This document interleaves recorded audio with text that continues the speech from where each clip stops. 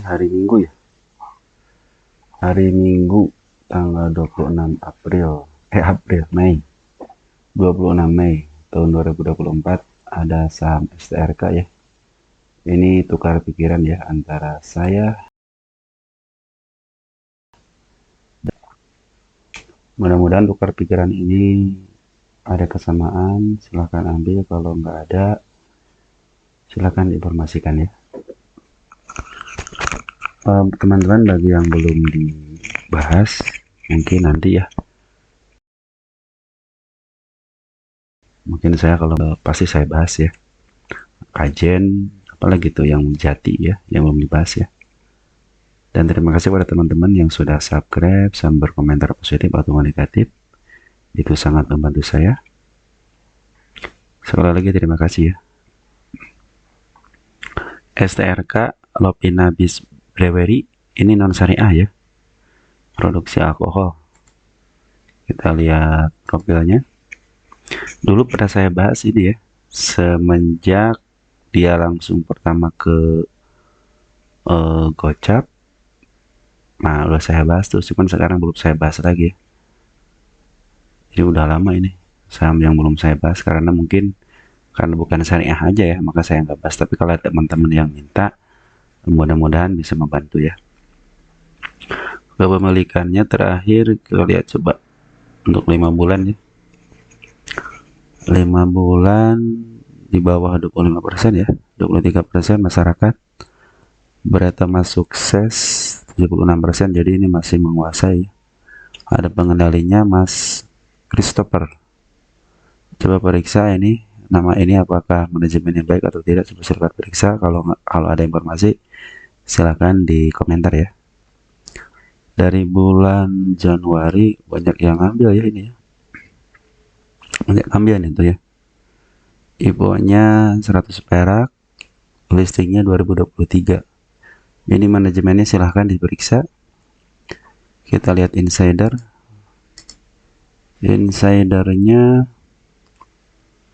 nggak ada ya, nggak ada pembelian ataupun penjualan. Kita lihat corporate actionnya nggak ada yang signifikan ya, cuman ini doang nih, waran doang, tidak bagi dividen ya. Kita ke statistik.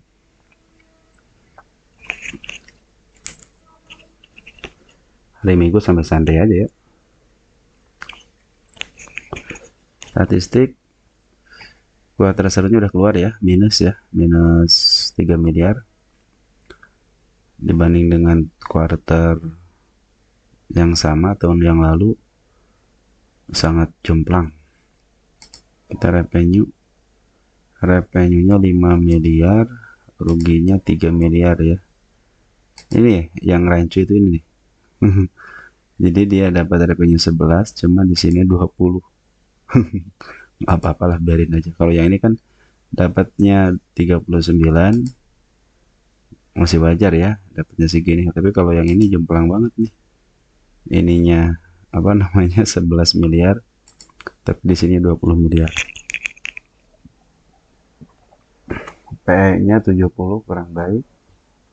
Book value-nya di atas 1 dan wajarnya 2, masih mahal. Jadi 50 aja masih mahal ya. Tapi nanti kita lihat harga wajarnya. 13 perak nih harga bukunya. Terus rollnya 00, belum ada. Tapi oh ini saya baru tahu nih, di sini ternyata untuk hutang itu rasionya ini nih. Kalau di atas 1, kecuali bank ya, kalau bank harus gede ya. Tapi kalau ya perusahaan yang lain, kalau di bawah 1 masih normal ya. Terus cashnya ada 60 miliar, hutangnya jangka panjangnya 3 miliar, sangat sedikit. Jangka pendek ada, equity-nya 149, berarti bagus ya. Oke, itu aja fundamentalnya. Apalagi tidak bagi dividen. Oke, kita langsung ke lukisan market maker.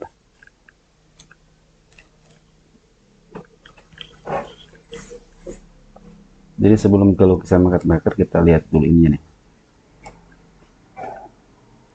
Ini lihat nih, ada bid dan opernya. Lihat di bid ini artinya nyenyar kanan ya. Di bidnya ada 2,284 juta lot yang ngantri. Terus ini isiannya, lihat isiannya 100 ribuan rata. Apa artinya? Ini artinya memang dijagain ya. Dijagain, terus ini juga ganjalan yang berbeda. Kalau kalian ingin lihat di sini nih. Ini klik aja nih. Antrian 50 ribunya sangat banyak banget. Pas saya tadi periksa itu sekitar ada 22 antrian di 50 ribuan, sekitar 1,1 juta lot. Yang pasti itu yang masang bukan retail ya. Jadi ini masih dijagain. Jadi untuk sementara waktu STRX masih di tracknya masih aman. Amannya kenapa? Karena masih ada market maker di dalam. Ini masih dijagain ya. Nah itu yang penting kalau market maker masih ada di dalam, berarti ini masih aman karena masih dijagain. Kecuali kalau ini udah jomplang nih.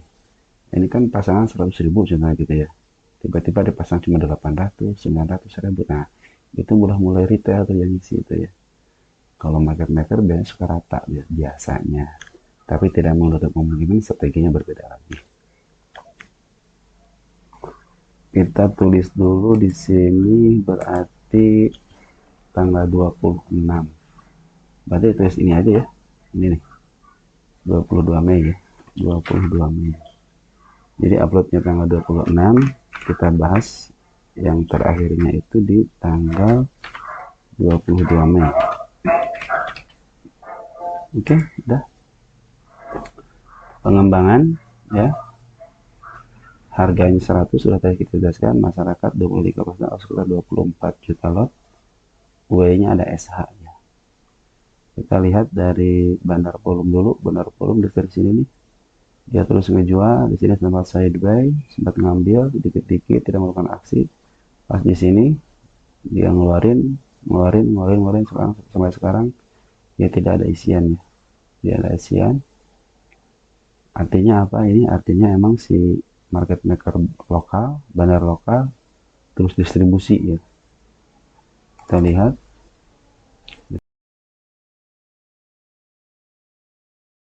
di sini udah tidak ada isi, berarti merah di sini artinya lagi distribusi.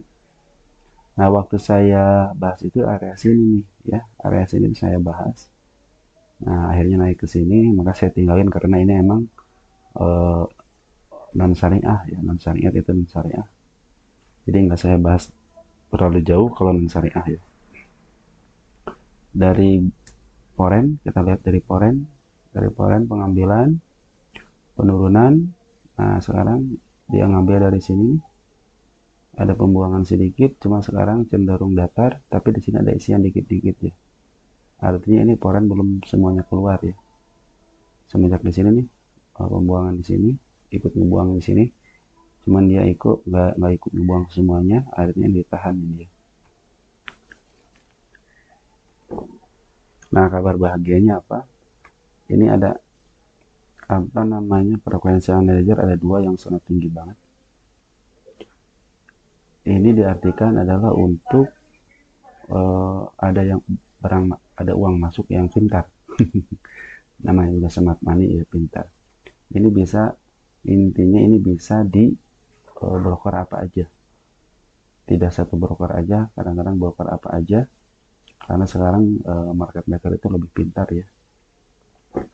Kemarin aja saya lihat ternyata XL itu kemarin itu mendominasi di saham apa ya yang saya bahas itu terus.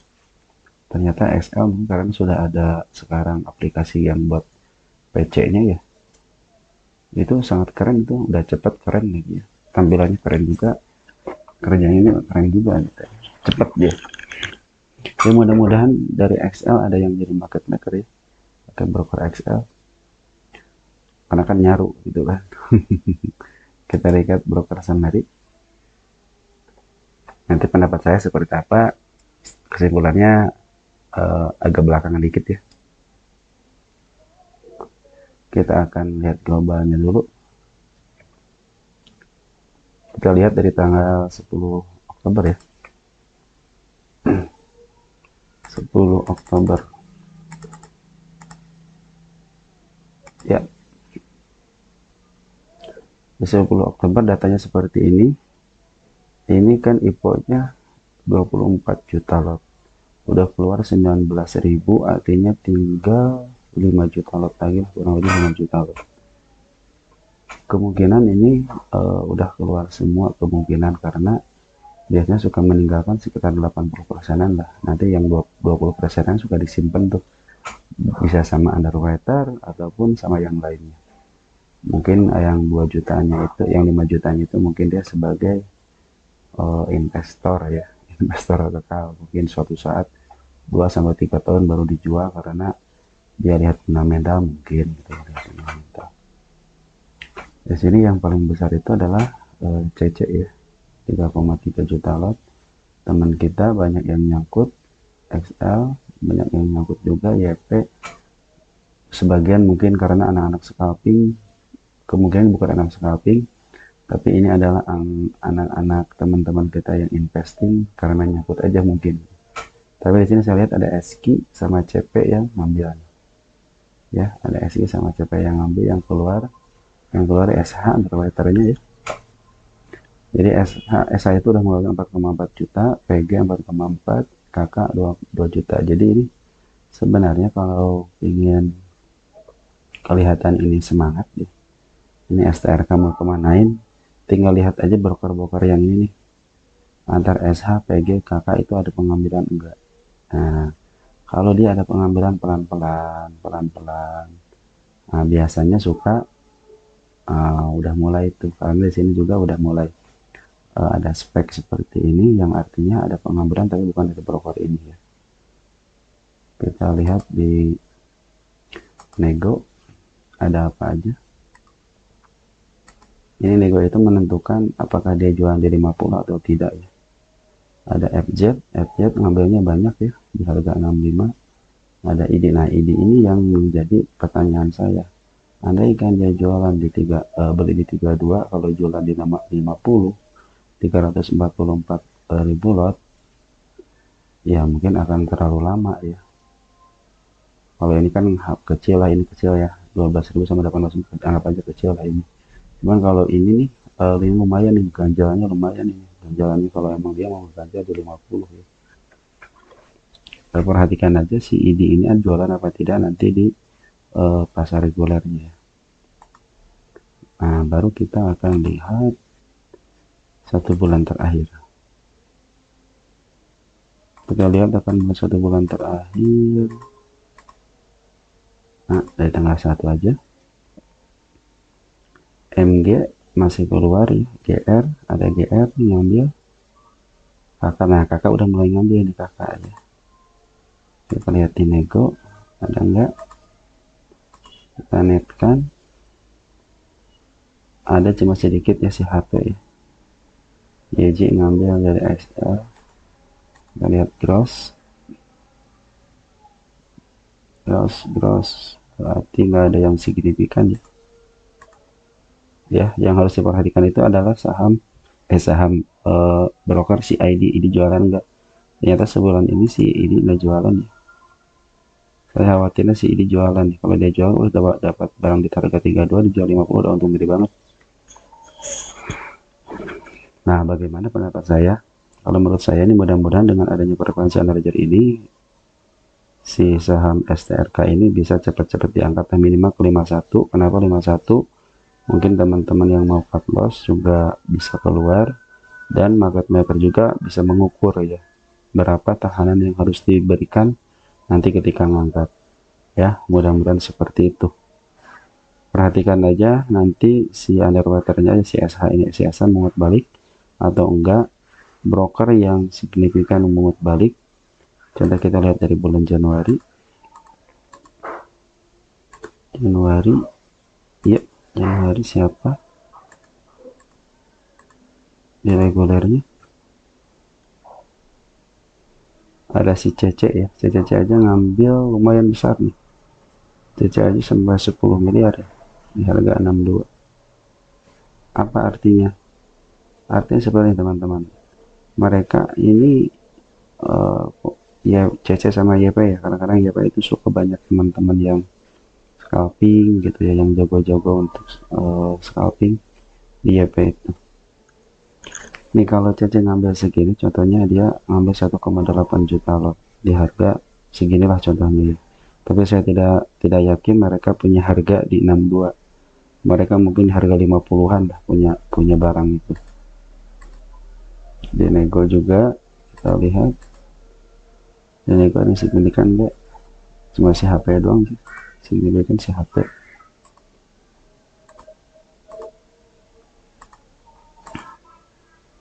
Kita akan lihat di grossnya selama Januari. Ada si Pega sama si HD sama si CSI masih jualan bulan Januari ya. Nanti tinggal lihat pungutan balik si ini aja nih ya, si SH. Kalau saya udah mulai pungut balik, biasanya lumayan lah gitu ya. Kalau Poren sih saya pikir belum keluar ya. Kita lihat Poren dia. Kita lihat Poren.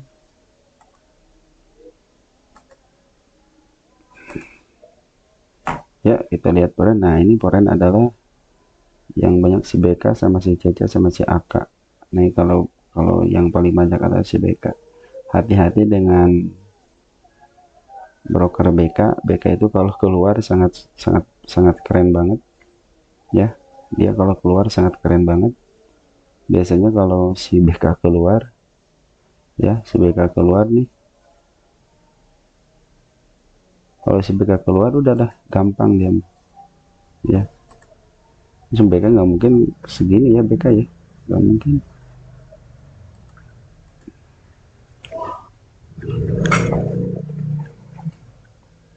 Yang paling gede sih nggak terlalu gede sih ya Oreno ya. Ini juga yang ngangkat siapa sih yang ini ngangkat.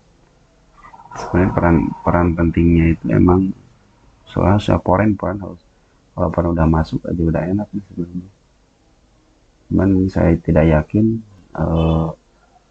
BK mau ngangkat, tidak yakin. Kenapa? Karena BK barangnya sedikit ya, barang mungkin ini lagi ngaco nih, masa ambil segini ini segini ya, nggak mungkin. Jadi teman-teman, pendapat saya adalah yang pertama ini udah ada ini ya, terus yang kedua tinggal tunggu pungutan balik dari si SH underwriter atau enggak menggantinya, bisa si AO, bisa si Becky, bisa si kakak gitu kan. Dia ini yang ngangkat itu nanti biasanya ini broker dari lokal ya, bandar lokal yang ngangkat ini. Selama istilahnya selama ini ya, selama insidernya tidak jualan, yang punya emiten ini tidak jualan ya mana-mana ya sebenarnya. Tinggal kemampuan si bandar aja ngukurnya ya. Dan seperti yang tadi kalian lihat, di bid dan overnya itu masih ada ya, masih ada pasangan, artinya masih aman, masih ada market itu masih di dalam ya. Terus akan kita ngitung harga wajarnya berapa sih ini ya. Kita ngitung pakai pair sama PBP ya.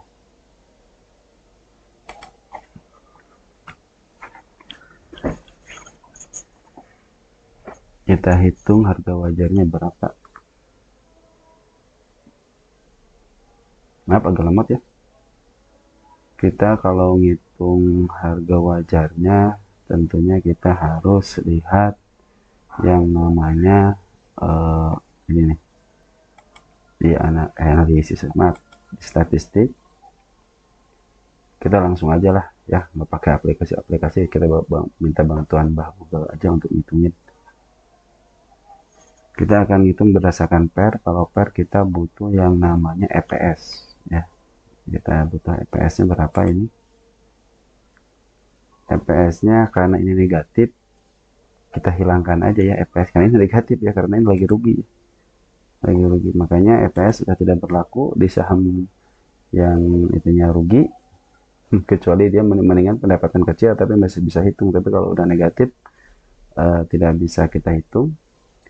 Harapan terakhir adalah kita akan hitung dari harga buku ya. Ini harga bukunya berapa? 13 ya, 13.94. Kita hitung dulu 13.94. Kita akan minta bantuan Mbak Google untuk ngitungin, karena dia kan pintar.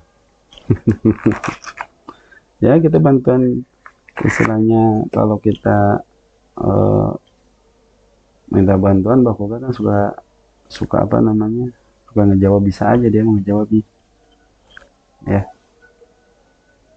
Kita tulis di sini 13,94 dikali dengan 13,9. Nah, kita akan cari yang namanya dikunda cat. Ingat-ingat dikunda cat. Terus kalian nanti kan ini ngitung berdasarkan PBP ya. Berdasarkan PBP,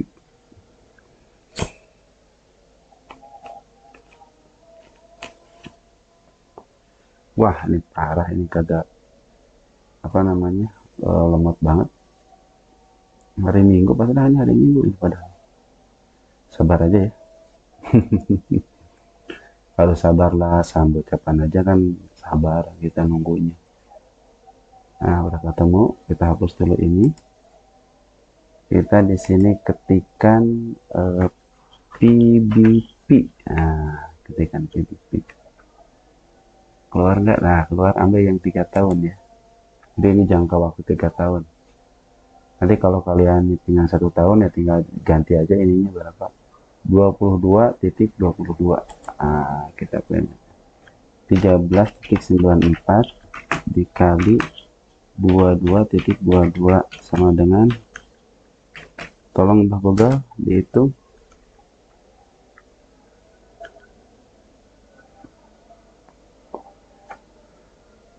Berdasarkan rumus PBP adalah segini ya, 309 untuk 3 tahun ke depan. Tapi kita akan lihat untuk 1 tahunnya kurang lebih sama enggak ya, kurang lebih sama enggak.